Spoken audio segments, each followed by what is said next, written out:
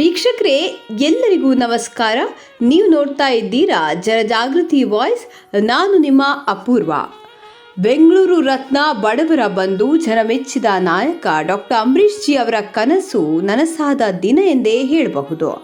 ಹೌದು ವೀಕ್ಷಕರೇ, ಇಂದು ನೋಡ್ತಾ ಇರೋದು ಶ್ರೀಮತಿ ಸಂಧ್ಯಾ ಶ್ರೀ ಅಂಬರೀಷ್ ಜಿ ಇವರ ಆಸೆಯಂತೆ ದಿನಾಂಕ 21/7/2024 ಭಾನುವಾರ ಬೆಳಿಗ್ಗೆ 9 ಗಂಟೆಗೆ ಕೇಶವಸ್ವಾಮಿ ದೇವಸ್ಥಾನದ ರಸ್ತೆ, ವಿಜಯಪುರ ಟೌನ್, ದೇವನಹಳ್ಳಿ ತಾಲೂಕಿನಲ್ಲಿ ಶ್ರೀ ಲಕ್ಷ್ಮೀ ನರಸಿಂಹ ಕನ್ವೆನ್ಷನ್ ಹಾಲ್ ಹಾಗೂ ಶ್ರೀ ಶಂಕರ ಸದನ ಸಭಾಂಗಣವನ್ನು ಉದ್ಘಾಟನೆ ಜೊತೆಗೆ ಶ್ರೀ ಲಕ್ಷ್ಮೀ ನರಸಿಂಹ ಕಲ್ಯಾಣೋತ್ಸವವನ್ನು ಹಮ್ಮಿಕೊಂಡಿದ್ದು, ಈ ಶುಭ ಸಮಾರಂಭಕ್ಕೆ ಮುಖ್ಯ ಅತಿಥಿಗಳಾದ ಕರ್ನಾಟಕ ವಿಧಾನಸಭೆಯ ಆಹಾರ ಸಚಿವರಾದ ಆಹಾರ, ನಾಗರಿಕ ಸರಬರಾಜು ಮತ್ತು ಗ್ರಾಹಕರ ವ್ಯವಹಾರಗಳ ಇಲಾಖೆ ಕರ್ನಾಟಕ ಸಚಿವರಾದ ಶ್ರೀ KH ಮುನಿಯಪ್ಪ ಅವರ ಆಗಮನದಿಂದ ದೀಪ ಬೆಳಗಲಾಯಿತು.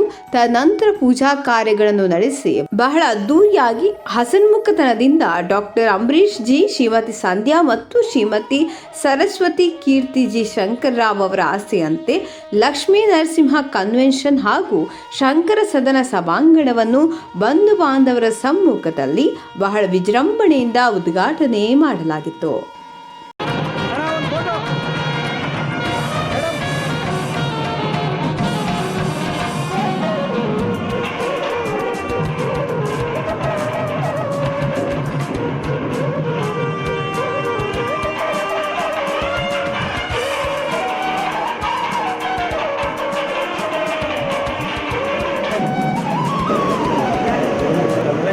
ಮಾಡಿದ್ದಾರೆ.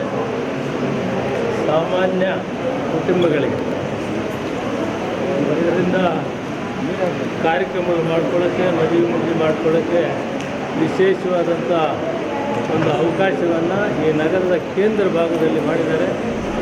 ನಾನು ಆ ಕುಟುಂಬಕ್ಕೆ ಆರಾರು ಭಾಗ್ಯವನ್ನು ಕೊಡಲಿ ಬರುವಂಥ ಅತ್ಯುತ್ತಮವಾದಂಥ ಕೆಲಸವನ್ನು ಮಾಡಿದ್ದಾರೆ.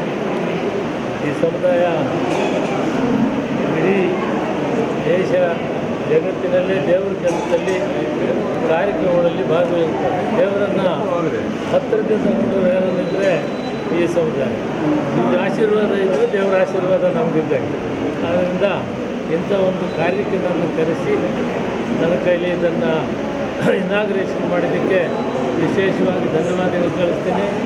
ನಾವು ಬೆಳೆದಿದ್ದು ನಡೆದಿದ್ದು ಗುರುಕುಲ ಎಲ್ಲ ಬ್ರಾಹ್ಮಣ ಸಮುದಾಯದ ಆಶೀರ್ವಾದದಿಂದ ಇಲ್ಲಿವರೆಗೂ ಒಳ್ಳೆಯ ವಿದ್ಯಾಭ್ಯಾಸವನ್ನು ಮಾಡಿ ಇಲ್ಲಿವರೆಗೂ ಬರಬೇಕಾದ್ರೆ ಅವರು ಕಾರಣಭೂತರಾಗಿದ್ದಾರೆ ಅನ್ನೋದನ್ನು ಜ್ಞಾಪಕ ಮಾಡಿಕೊಳ್ತಾ, ನಮಗೆ ಇಡ್ಲಿಘಟ್ಟ ಮಾಧವ ವಿದ್ಯಾಲಯದಲ್ಲಿ ಮಳ್ಳೂರು ಆನಂದರಾಯರು, ಶ್ರೀನಿವಾಸ ಮೂರ್ತಿಗಳು ನಮಗೆ ಕೊಟ್ಟಂಥ ಪಾಠ ಹೇಳ್ಕೊಟ್ಟಿದ್ದು 4:30-5 ಗಂಟೆಗೆ ಎಬ್ಬರಿಸಿ ಸ್ನಾನ ಮಾಡಿಸಿ ಪಾಠ ಹೇಳ್ಕೊಟ್ಟಿದ್ದು ನಾವು ಮರೆಯೋಂಗಿಲ್ಲ.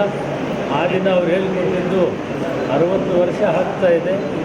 ಇವತ್ತು ಕೂಡ 4:30-5 ಗಂಟೆಗೆದ್ದು ನನ್ನ ಕಾರ್ಯಕ್ರಮವನ್ನು ಶುರು ಮಾಡಿ ಅವರ ಆಶೀರ್ವಾದ.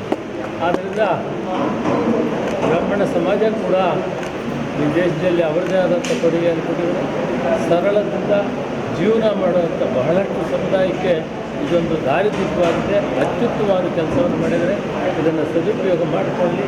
ನಾನು ನನ್ನ ಇತಿಮಿತಿಯಲ್ಲಿ ಏನಾದರೂ ಇದಕ್ಕೆ ಸಹಾಯ ಬೇಕಂದರೆ ಮಾಡಲಿಕ್ಕೆ ತಯಾರಿದ್ದೇನೆ. ಯಾಕಂದರೆ ಆ ಗುರುಗಳ ಆಶೀರ್ವಾದ ನಾವು ಇಲ್ಲಿಗಂತ ಬೆಳೆದು ಬಂದಿದ್ದೇವೆ. ಸದಾ ನಿಮ್ಮ ಆಶೀರ್ವಾದ ನಮ್ಮಲ್ಲಿ ಇರಲಿ ಅಂತೇಳಿ ಇದು ಒಳ್ಳೆಯದಾಗಲಿ. ಅಂಬರೀಷ್ ಅವರು ಇದರ ಮುಖಂಡತ್ವವನ್ನು ವಹಿಸಿ ಇದನ್ನೆಲ್ಲ ಮಾಡಿದರೆ ಅದು ದಂಪತಿಗಳು, ನೀವು ನಿಮ್ಮ ದಂಪತಿಗಳು ಎಲ್ಲರಿಗೂ ಕೂಡ ಭಗವಂತ ಭಾಗ್ಯವನ್ನು ಕೊಡಲಿ. ನಾವೆಲ್ಲ 100 ಕಾಲ ಇದ್ದು ದೇವರಿಗೆ ಆಶೀರ್ವಾದ. ಎಲ್ಲರಿಗೂ ನಮಸ್ಕಾರ.